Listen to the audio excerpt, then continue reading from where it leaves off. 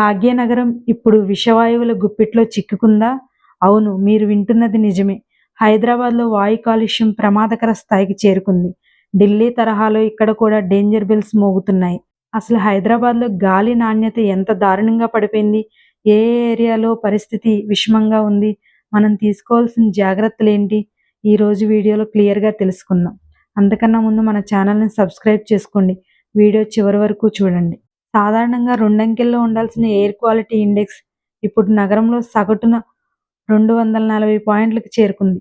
ముఖ్యంగా తెల్లాపూర్ లాంటి ప్రాంతాల్లో పరిస్థితి మరీ ఘోరంగా ఉంది.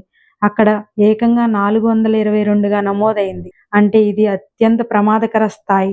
చలికాల ప్రభావం, వాహనాల పొగ మరియు గాలిలో పేరుకుపోయిన కాలుష్య కారకాలు నగరాన్ని ఉక్కిరిబిక్కిరి చేస్తున్నాయి. అసలు ఈ పరిస్థితికి కారణం ఏంటి?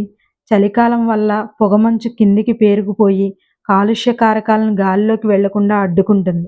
అలానే నగరంలో పెరిగిపోతున్న వాహనాలు, ముఖ్యంగా పాత వాహనాల నుంచి వచ్చే కార్బన్ మోనాక్సైడ్, నైట్రోజన్ డయాక్సైడ్ గాలిని విషతుల్యం చేస్తున్నాయి.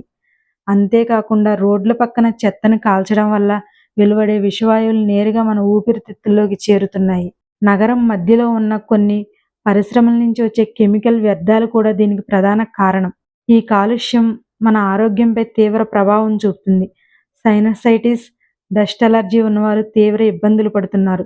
గాలిలో ఉండే సల్ఫర్ డయాక్సైడ్ వల్ల ఊపిరి తీసుకోవడం కష్టమవుతుంది. చిన్నపిల్లలు మరియు వృద్ధులు ఈ వాతావరణం వల్ల త్వరగా జబ్బుల బారిన పడే అవకాశం ఉంది.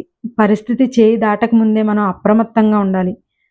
బయటకు వెళ్ళేటప్పుడు ముఖ్యంగా కాలుష్యం ఎక్కువగా ఉన్న ప్రాంతాల్లో మాస్కులు ధరించండి. కాలం చెల్లిన వాహనాలను నియంత్రించడం మరియు పరిశ్రమలను నగరం వెలుపలికి తరలించడం వంటి చర్యలను ప్రభుత్వం వేగవంతం చేయాలి. మీ పరిసరాల్లో చెత్తను కాల్చకుండా జాగ్రత్త పడండి. హైదరాబాద్ మరో ఢిల్లీలా మారకూడదు అంటే బాధ్యత మన అందరిపైన ఉంది. ఈ సమాచారం నచ్చితే లైక్ చేయండి, షేర్ చేయండి, మన ఛానల్ని సబ్స్క్రైబ్ చేసుకోండి.